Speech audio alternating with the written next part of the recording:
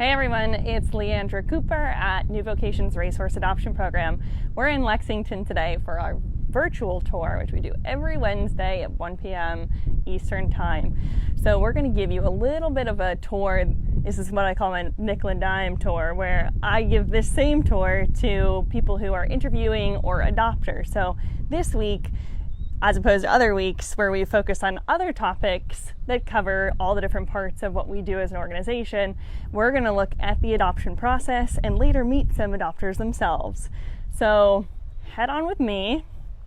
Forgot to mention I'm the facility director and trainer here. So a little bit of an inside look at how we do things. So New Vocations is the nation's oldest and largest racehorse adoption program. We've been around since 1992. And we usually serve around 500 horses a year, maybe even more this year. It's been a pretty big year for us, which has been outstanding despite all the chaos going on in the world right now. But we're just thrilled that we can provide a safety net for these racehorses when they're done with their racetrack career. And here, the pillars that we stand on are rehabbing, retraining, and rehoming these horses, putting them into the hands of experienced adopters who continue their education process and help them develop into a second career, whatever it might be. So let's come along here. If you turn to your right, you can see the round pens.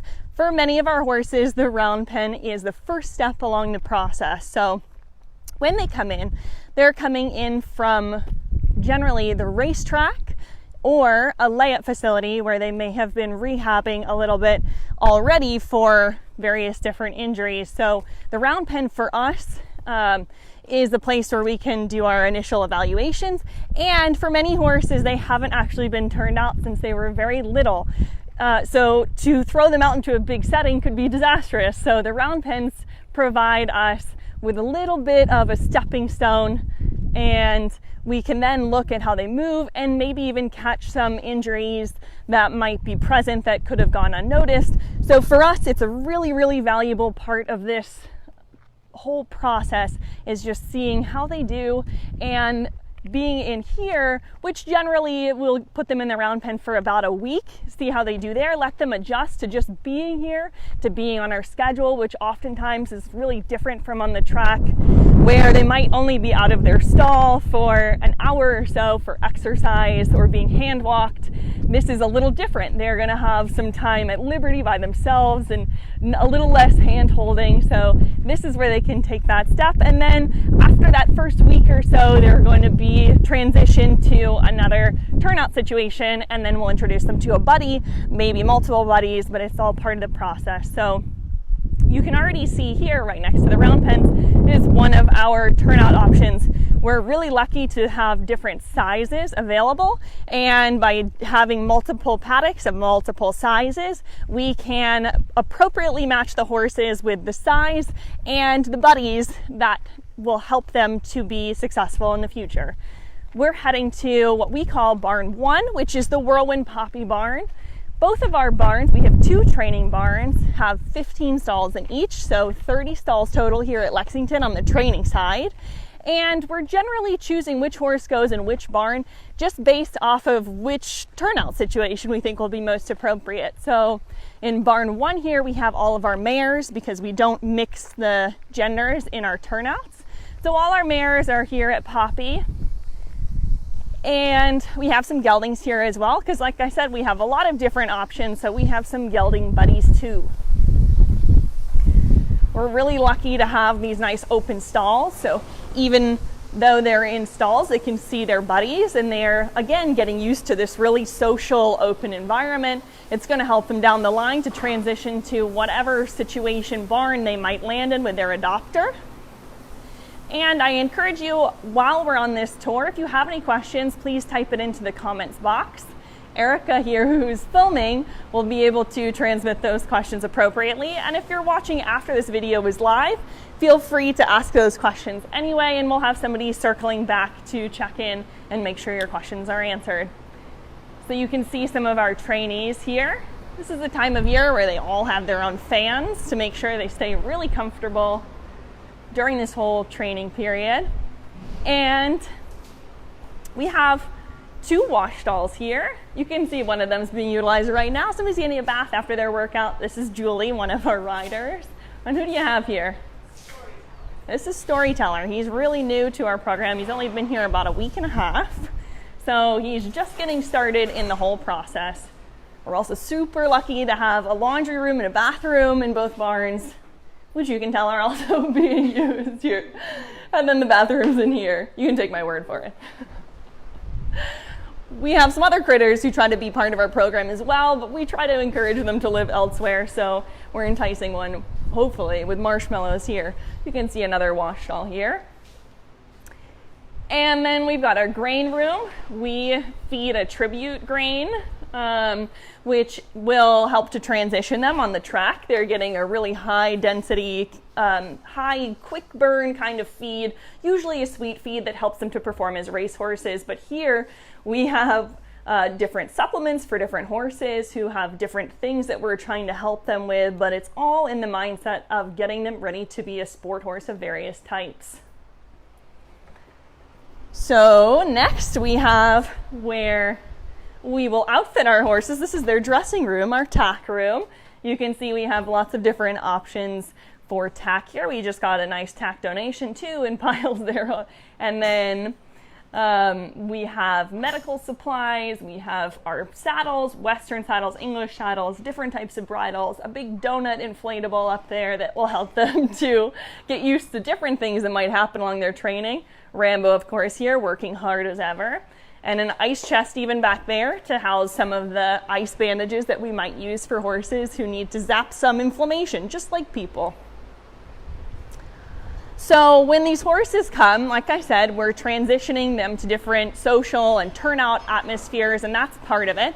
But then the next step in our whole training process is going to be working them up from the ground. So doing some groundwork on the lunge line and assessing their ability in that way, personality and physical ability. So just trying to get a hang of what they're going to be good at and what they're going to enjoy doing. And all of that is going to help us feed into who's going to be the right kind of adopter for them. You can see that we have 2 different riding setups. We'll be rounding the corners of them here. We have an outdoor ring and an indoor ring so that we're able to operate through all the seasons. It's a little bit windy today, which is actually helping to break up some of the humidity. But if you're having any trouble hearing, please just let us know. We can't stop the wind, but we can try to help you hear a little better. So our outdoor ring, we have a couple little jumps set up, but what's really important to remember is that we're just the initial stepping stone for these horses to help them in that transition period. So while we only usually have the horses for 40 to 60 days, some of the really talented ones who are sound and have a really good learning ability are great students. Maybe they're ready to just step over some cross rails, but we're really just looking to assess the horse's personality, make sure they're fit and happy, and then find them the appropriate home. So we generally aren't doing full courses with them. We're just trying to see who can do what. We're really lucky to have an outdoor as well, which we kind of glazed over. Maybe we'll look at that another week. But it's a nice big ring where we have a soft textured footing made by Martin Collins, has a fabric to it, and it's really nice for the horses who have some injuries, whether soft tissue or different fractures, bone injuries. That creates a really just soft terrain for them to start getting up to fitness for what we would like them to do, or just to get back into shape and feeling good all over. Here's our second barn, which is the Rob Sham Rapoli barn. Another 15 stalls. You'll see it's just the mirror image of the other one. Castle and Key here just got adopted and goes home today. You can see he has a chain on his stall because he's quite the Houdini. This helps us to keep him in a stall when he needs to be. Exactly. He doesn't want us to leave yet. He just whinnied. I'm not sure how much you were picking up on the microphone, but Castle and Key here is going to be going to Texas. And we have all geldings in this barn, again, just for virtue of creating the right turnout settings for these different horses. You'll see some of the stalls are empty because those horses are turned out during the day. Because it's a little bit hotter now at this time of the year, most of our horses are getting turned out at night, but some of the horses who are still new to our program do better getting turned out during the day for a slightly less time, but that way we can keep an eye on them and make sure there's no mischief about. Lots of friendly faces. And then over here you'll see that there are even more turnout options. We're really lucky here in the bluegrass to have lots of space and ample opportunity. You can see maybe even there's some horses in a smaller paddock and then a bigger paddock behind it. So again, we like to be able to provide for any of the needs that the horses might have. If they have quirky personalities and they like certain types of horses, or need a little more room to stretch their legs so they can focus a little bit better when they are in work, we've got those options. So this is what the feature of this virtual tour is going to be. We're going to step into the office and see some people who have been through the adoption process. So after those 40 to 60 days where the horse is going through our program, they have maybe rehabbed already, they've done their retraining, it's time to rehome. And when we're doing that, we're working with people who have been approved as adopters, and that's a little bit of a process itself. We pride ourselves actually in being a little bit picky about who adopts our horses, but we put a lot into them and we're trying to set them up for success. We have some playful guys over here. So a prospective adopter would need to be approved before they can start working with us to pick out a specific horse. And once that happens, we, as a trainer, will work with the adopter and figure out what their goals are, what level of work they want to do, what are their definite wants, what are their definite don't wants, and everything in between. So we're going to talk to Lydia, our office manager, who actually went through the process herself before she started working here. And then we're going to talk to Jen, who adopted Skyline Surprise not too long ago, and see what influenced their decision and what those horses are doing now, and everything in between. So we'll head on into the office. That's where the magic happens, other than in the barn. And actually, one of those rascally horses that was just running around was my adopted horse. So even if somebody who's used to doing the retraining all day long can get suckered into adopting one of these guys, there's always one that melts your heart. All right. I'm going to hold the door for Miranda too. All right. And then let's unplug the microphone so we can hear everyone. We'll do it over there.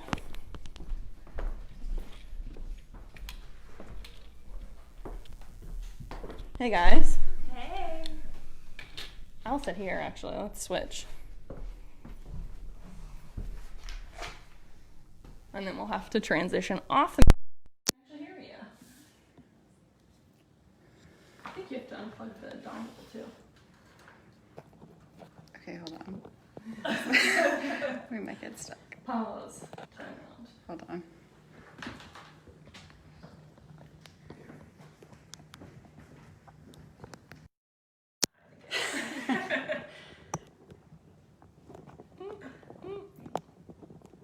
We got it.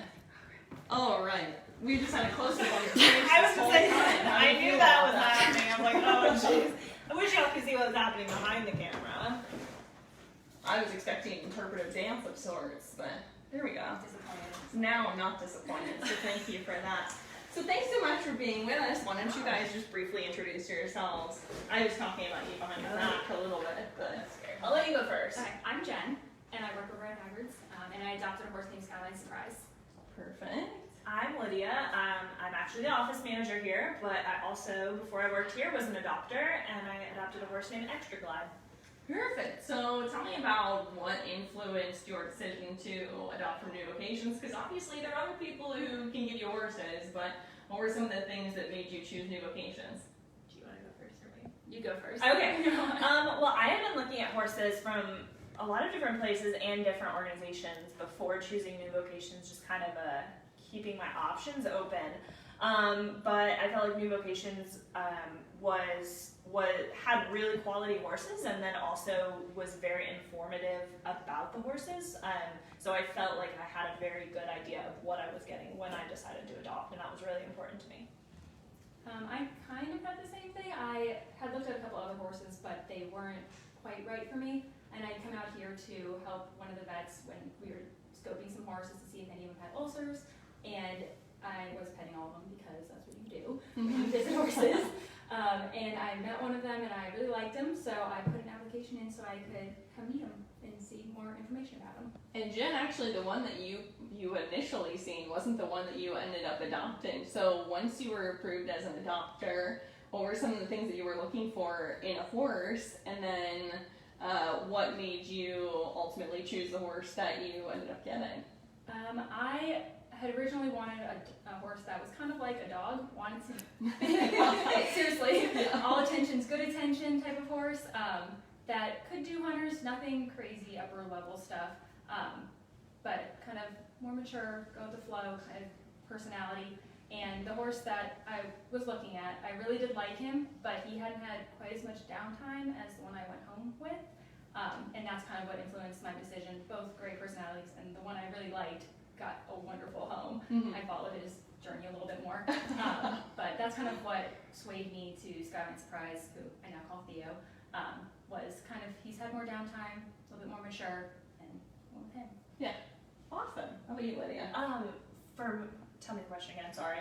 I think it was multi-part. Kind of like- So, yeah, once you were approved, what are the things you were looking for in a horse, and what made you ultimately choose the one that you ended up getting? Gotcha. So when I was approved, I was looking for a project horse primarily. I'm by no means a professional trainer or anything like that, but training is kind of my love as opposed to showing or wanting a horse that's finished and ready to go on. I was hoping to take a young horse and move it for a little further along in its training. I think New Vocations does a really great job of giving them a good base of training, so you have a very good feel at least for the personality of the horse and kind of their basics, but then there's a long way to go between that and the show ring, which I think is something that a lot of people don't understand when they're getting a horse from us, that there is a lot of work that needs to be done after they get adopted, but they have a huge foundation here, as opposed to going and just buying one off the track. A lot of trainers are happy to sell you one from their string on the track that's not doing as well, which there's nothing wrong with that, but you kind of have to do that very beginning off the track work yourself.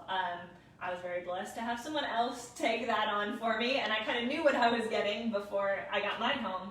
Anyways, short end of that answer would be I was looking for a young horse, which the one I adopted was 2, just getting ready to turn 3. And I was looking for a horse with no known injuries or no serious known medical issues or anything like that, because I was hoping to move it along in its training, and then eventually within the next few years I was hoping to sell it to a young rider to become their competition horse. So that helps in a resale type of aspect to know what you're getting when you're adopting. Yeah. When did you adopt? I don't remember now. I adopted in December of 2016. So the guy that I got was 2, turning 3 in a few days. But he was he was a very big boy, with really exceptional bloodlines for racing and also for sport horse. That the racing didn't work out so well for him, and he had a lot of growing to do mentally and physically still. But I knew that, and I could kind of see in him what I was looking for in a prospect, and was happy to give him the time and the remedial training to get him ready for an eventual show career. Awesome. Great. And so what are those horses doing now? Jen, what are you doing with Skyline Surprise now, Theo? He has only been with me for about 5 months now. We took things slow getting to know him. It's been winter in Kentucky, so it's been cold and rainy and everything else, but just lots of transitions, trotting over poles. We just took him over his first jump about a week ago, and he wasn't impressed. Like, he went over but didn't put any extra effort, so I think he's gonna make a great hunter. But he just being a good horse, long stressful day at work, come to the barn and go love on him and brush him right before he goes and rolls in the mud, Yeah. which works Always. really well. Yeah. He will always roll in the mud. But just a little bit of a stress reliever, and he's gone on a couple trail rides around the farm with other horses and by himself. He does great. The first couple of times he wasn't 100% sure we should leave on our own, Yeah. but did nothing naughty, which really helps that New Vocations kind of put that foundation on him for me ahead of time. So Yeah. thank you for that. You're so welcome. But yeah, he was exactly what they had described to me, which definitely helps, and no real surprises. We like to take away the surprises, if nothing else. At least when we can. He is literally exactly what you said he was going to be. That's in my very informal version of what we do. I like to say that we get him from the track, teach him how to be a horse outside of the track, pump a couple $100 to $1,000 of vet work into them, tell people exactly what they're getting, and send them on their way. But it's all about creating that platform really to build off of that foundation, like you called it, and just try and take some of the surprises out, if nothing else. I'm happy to have the surprises. I'm a little bit of an adrenaline junkie, so those don't bother me. But if they bother other people, I like to be able to tell them, you know. I appreciate not having crazy surprises. We had a little here and there, but otherwise I knew what I was getting into, which made life so much easier. Yeah, absolutely. And what's your guy doing? Since I adopted him, I had him for a while. Like I said, I adopted in 2016, so that was a little bit ago. But since then, he actually was sold to a really lovely family locally who has two young, well, they're not young anymore, but younger than me, daughters that were up and coming young riders, and were wanting a really nice hunter jumper prospect. So he has gone on to them and works with them and their trainer and does really, really excellent things. I couldn't be happier with where he's at.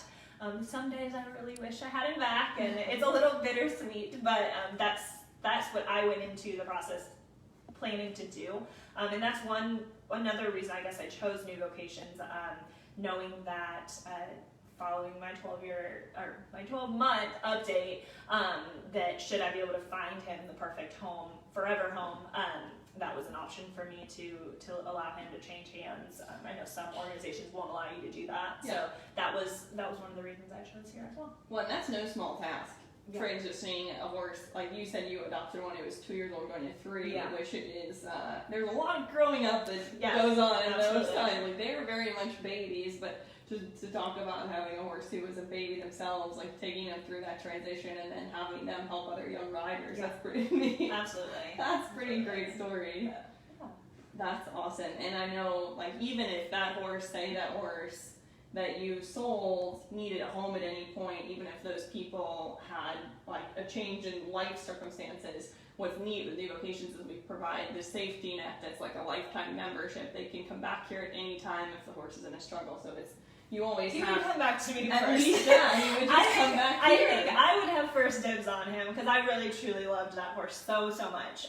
And so how that worked out, the transition of ownership after my 12-month requirement was done with New Vocations. It was not immediate after that, but we have a third-party bill of sale that you can use either by itself or in addition to your own bill of sale for a horse. So then after a 1-year contract has been successfully completed, you can use that bill of sale to transfer ownership to the new owner of that horse. And it was very simple to fill out, sent a copy to New Vocations, they gave their blessing on it, and that was all there was to that.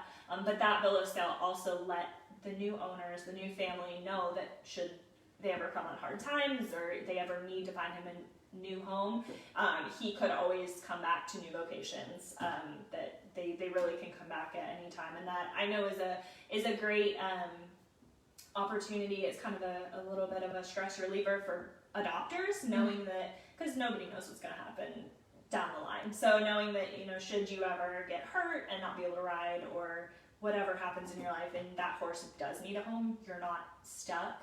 And then it's also a really great opportunity, and it's a really, I know it's a relief to their racetrack owners that donate them to us to know that horse always has a soft landing. We don't just kind of send them on their way and say, okay, Good have a luck nice to you. life. Yeah. Yeah, exactly. So And that definitely helped. Like, my parents are not horse people whatsoever. My mom's afraid of them. My dad thinks they cost way too much money, Same. but they make me happy. 100% the same. It's not wrong. So, but that helped them when I told them, not that they get a say in it, but that I was adopting another horse. They were like, what if anything ever happened? And I'm like, you aren't responsible for my horse. Like, if anything ever happened, he has another landing at New Vocations. Like, he can go back there and find another home if he needed to. Yeah. He won't. He's mine forever. But, You can't have it. exactly. But they were much happier to know that they weren't going to get stuck with a horse that they know nothing about Yeah. and have to find a home or do anything with them. Yeah, just eliminating that unknown is a big part of it. Absolutely.